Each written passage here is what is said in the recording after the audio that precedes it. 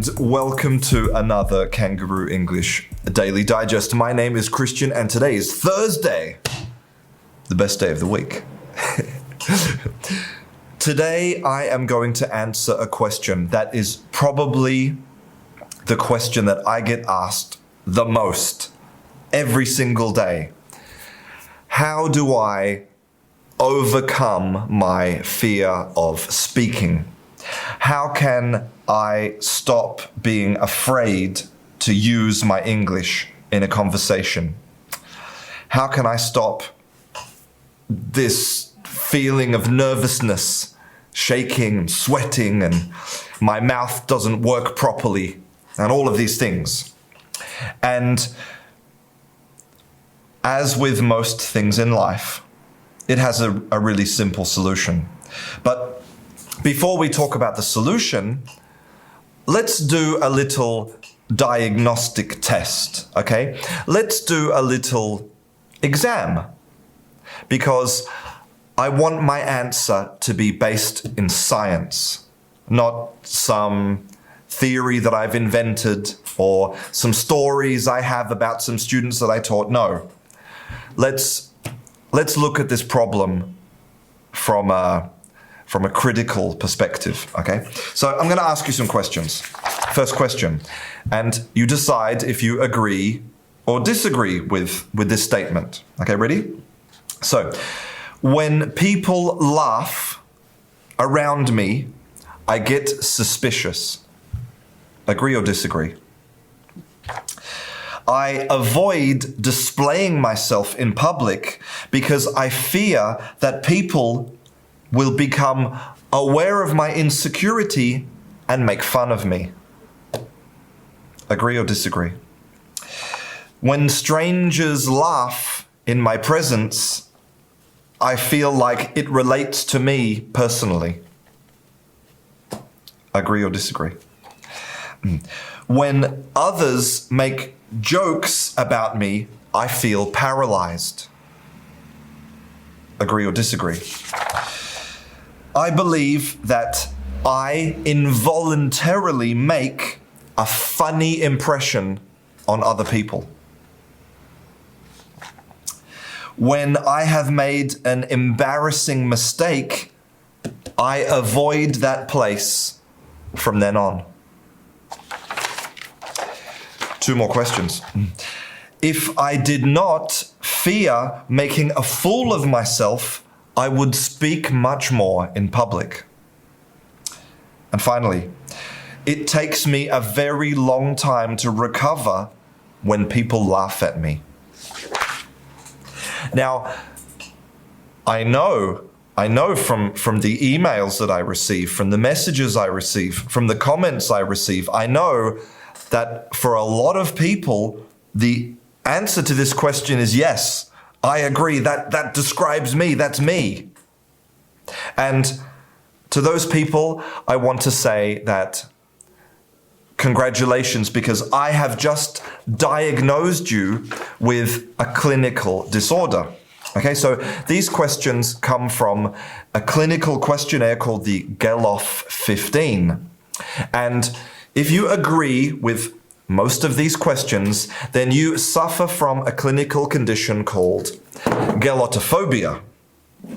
And so we know that it's a phobia. You're afraid of something. What are you afraid of? You're afraid of people laughing at you.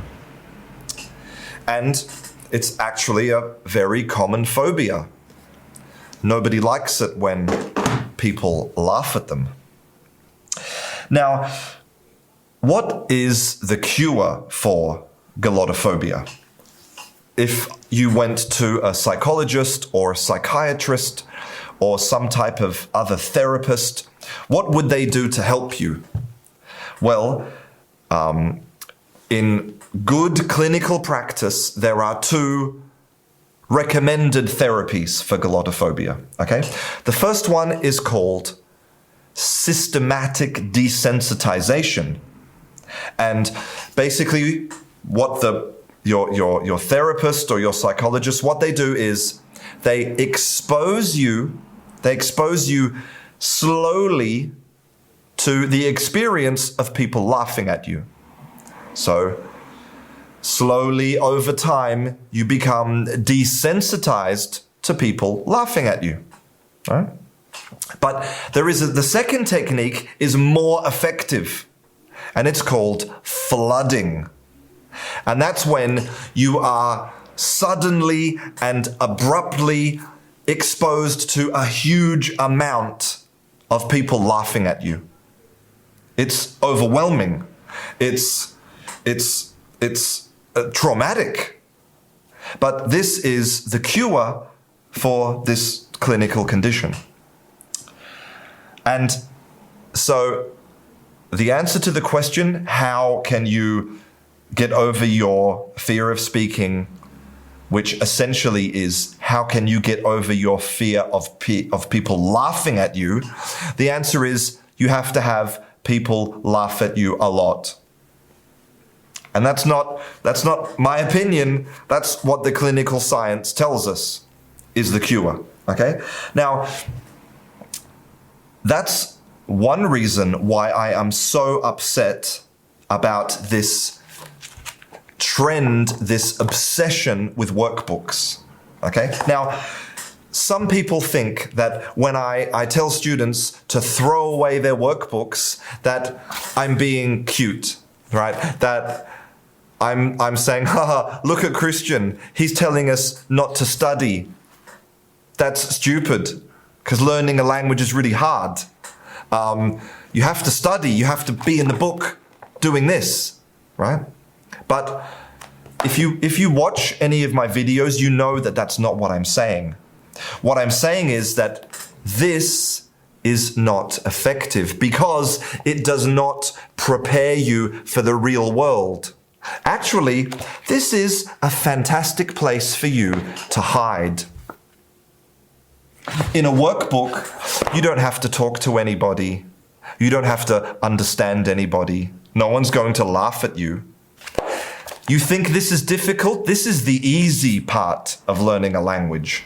So when I tell you to throw away your workbook, I'm actually making your life much more difficult, because going into a conversation with all of the things that are really difficult about a conversation, like people laughing at you when you make a mistake, like unpredictable changes in the topic, like a noisy environment.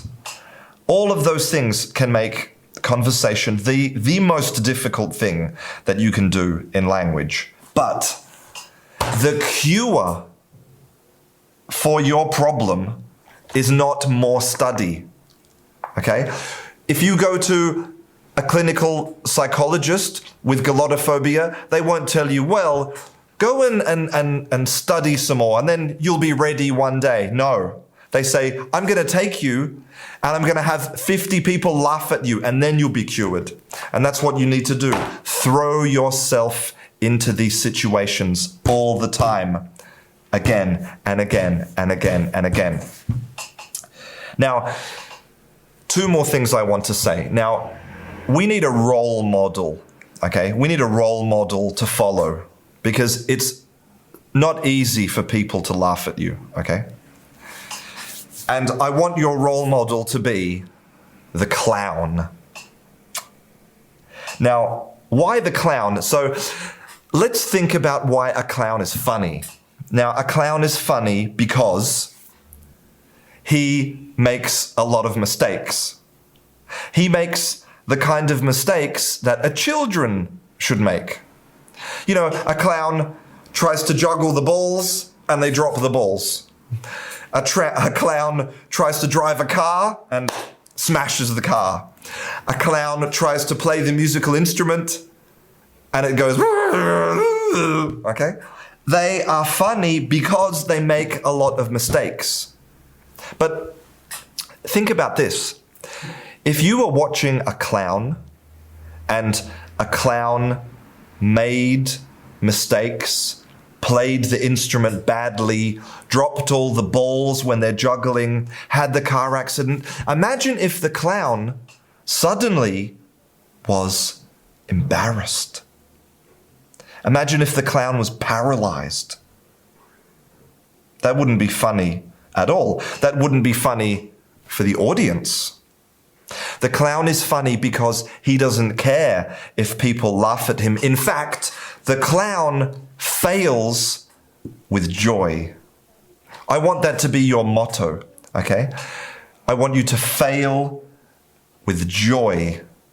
So next time you go into a conversation, you can put on that imaginary red nose and take pleasure in your mistakes, because that makes you happy and it makes other people happy, just like the clown.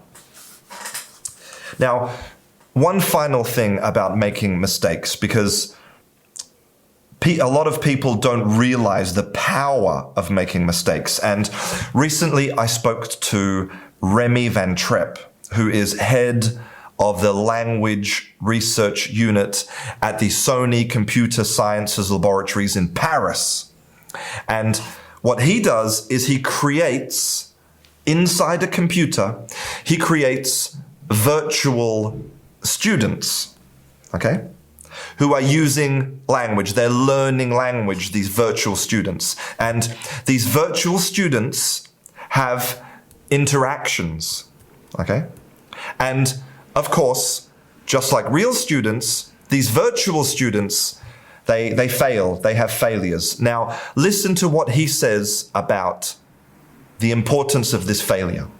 Failure is the key to their learning. Is when they fail, they will try to make an adaptation to their knowledge in a way that they can increase their success for the next interaction. Now, our agents, because they're virtual, they have to do what I say.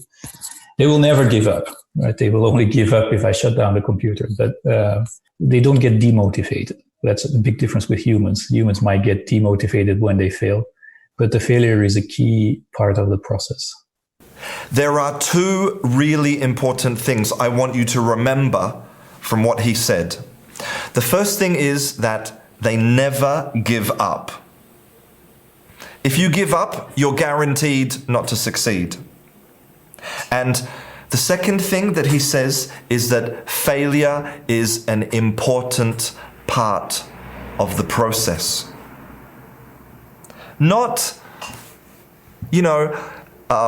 something that happens, not a byproduct, not something that, maybe happens, maybe doesn't. Failure is an important part of the process. So fail with joy, fail often, and throw yourself into situations that make you uncomfortable. I hope you enjoyed today's Daily Digest. My name is Christian, and I'll see you in class.